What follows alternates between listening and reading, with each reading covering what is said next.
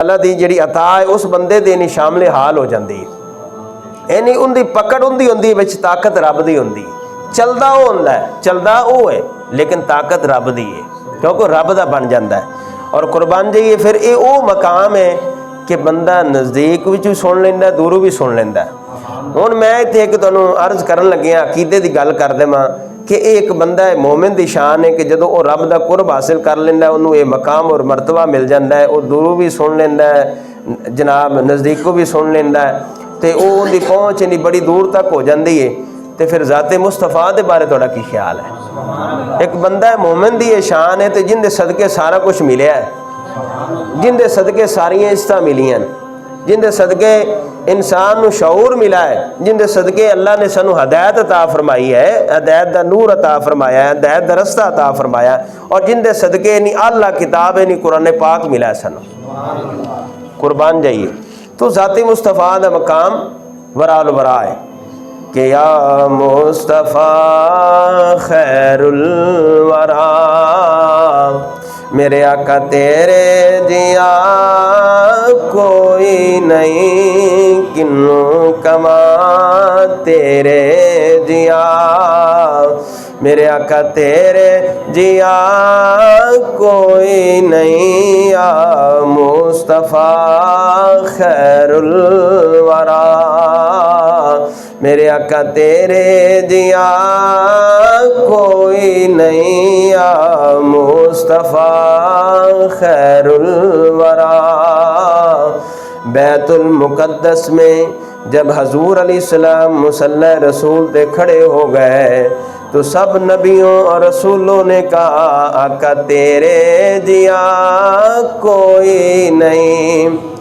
ہو بے فقیر یا بادشاہ، ہو بے فقیر یا بادشاہ، پاوے گدا نیازی جیا، سب کھاندے نے صدقہ تیرا، سب کھاندے نے صدقہ تیرا، یا مصطفیٰ خیر الورا، میرے آقا تیرے جیا کوئی نہیں۔ تو دوستو پہلی علامت استقامت دیئے کہ انسان ایک کام کرے ان دے اندر سستی نہ آوے،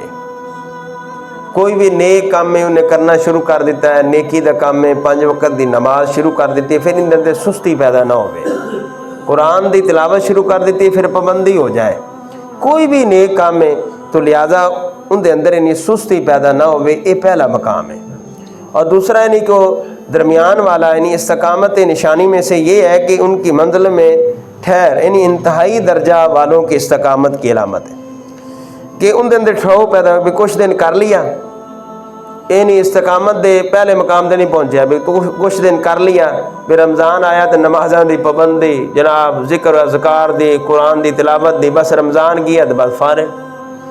یعنی استقامت نہیں ہے۔ پھر دل کی تو پھر جل نمازاں شروع کر لیاں، پھر کچھ دن نمازاں پڑھیاں، پھر جناب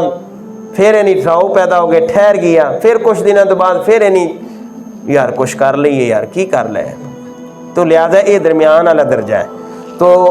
تیسرا درجے دی علامت ہے استقامت کی علامت میں سے یہ بات بھی ہے کہ اللہ عز و جل کے ساتھ ان کے وصول میں کوئی پردہ حائل نہ ہو، سبحان اللہ، جو بھی آگے بس میں اللہ دی بارگاہ عرض کر دیں مالک مہربانی فرما، استقامت عطا فرما، ایسی استقامت عطا فرما دے کہ ایسی نیکیاں دینی، ایسی استقامت ہو کہ ایسی وہ ساری زندگی ایک عمل کریے تو پھر کرتے ہی رہیے، قرآن دی تلاوت شروع کر لئیے،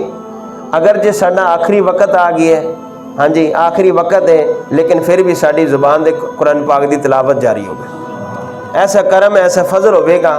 جدوں اسی اللہ دی بارگاہ استقامت منگاں گے، استقامت دی دعا کران گے اور پھر ان دے تے کوشش کران گے، ان دے تے کوشش کران گے۔ اسی طریقے استقامت دے 3 درجے ہیں، استقامت کے 3 درجے ہیں۔ پہلا درجہ یعنی تقویم نفس کو یعنی ادب سکھانے کے لیے، دوسرا کہ اقامت کو دلوں کو یعنی مذہب کرنے کے اعتبار سے، اور تیسرا یعنی استقامت اصرار کو قریب لانے کے لیے، تو حضرت ابو بکر صدیق رضی اللہ عنہ نے فرمایا ثم استقاموا کی آپ تشریح فرماتے ہیں لم یشرکو سے کرتے ہیں، یعنی وہ لوگ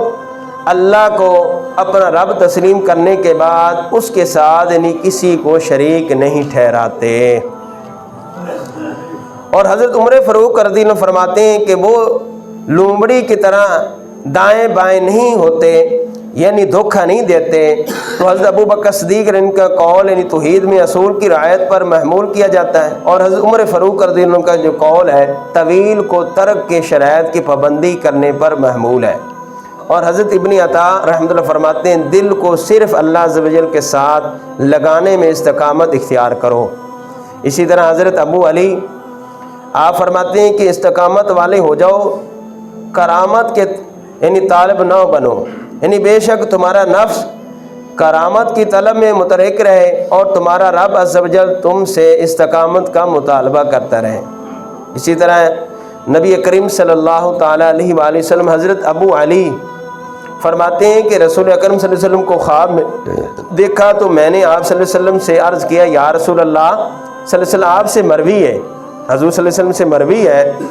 کہ مجھے سورۃ ہود نے بوڑھا کر دیا ہے۔ تو اس میں سے آپ صلی اللہ علیہ وسلم کو کس بات نے بوڑھا کر دیا ہے؟ تو انبیاء کرام صلی اللہ علیہ وسلم کے واقعات یا امتوں کی ہلاکت نے؟ تو آپ صلی اللہ علیہ وسلم فرمایا نہیں، بلکہ اس ارشاد خداوندی نے بوڑھا کر دیا ہے فاستقم کما امرتا، تم قائم رہو جیسے تمہیں حکم ہے۔ اللہ اکبر، یعنی اللہ تعالیٰ دا جس طریقے حکم ہے میں اس طریقے زندگی گزارنا، یہ حکم ہے اللہ تعالیٰ دی طرفوں۔ یہ استقامت، کاش ایسی استقامت نصیب ہو جائے، کاش ایسی استقامت نصیب ہو جائے۔ میں پہلے بھی عرض کی تھی کہ اس طرح نہیں ہے کہ ہن باقی یعنی 11 مہینے رب نے سانوں عطا نہیں کیتے، صرف ماہ رمضان ہی عطا کیتا ہے، تو لہٰذا یعنی ماہ رمضان دے مبارک دے اندر ساڈے تے بڑی اسی استقامت سی، اسی عبادت دے اندر سستی بھی نہیں کردے سی، ساری غفلت بھی نہیں سی، ہاں جی۔ اور ماشاءاللہ کئی ہے ایسے خوش نصیب ہیں پہلے دن تو لے تے آخر تک انہوں نے تراویح چھڈی نہیں، چاہے سوا سوارا پڑھا گیا، چاہے ڈیڑھ پڑھا گیا، چاہے سورتاں دے پڑھائی کو انہیں چھڈیا ہی نہیں۔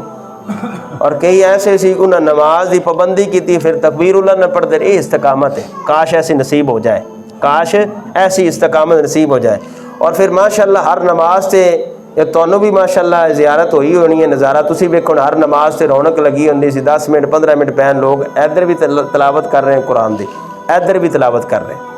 اور صبح دے ٹائم ماشاءاللہ کیا بات ہوندی سی کہ صبح ٹائم ماشاءاللہ جویں ہن 3 صفحہ بنی نہیں، 3 صفحہ بنی ہوندیاں سی۔